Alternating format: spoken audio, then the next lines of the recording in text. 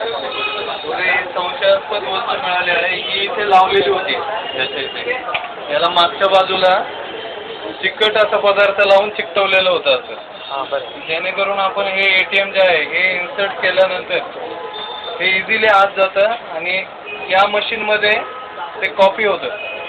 ATM copy होणार आणि हा जो आहे हा छोटा कॅमेरा आहे विथ बॅटरी.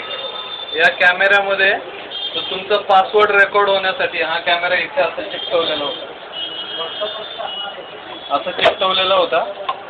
आणि जे तुम्ही कोड नंबर बटन प्रेस करतात जो कोड नंबर तो याच्यामध्ये रेकॉर्ड होतो.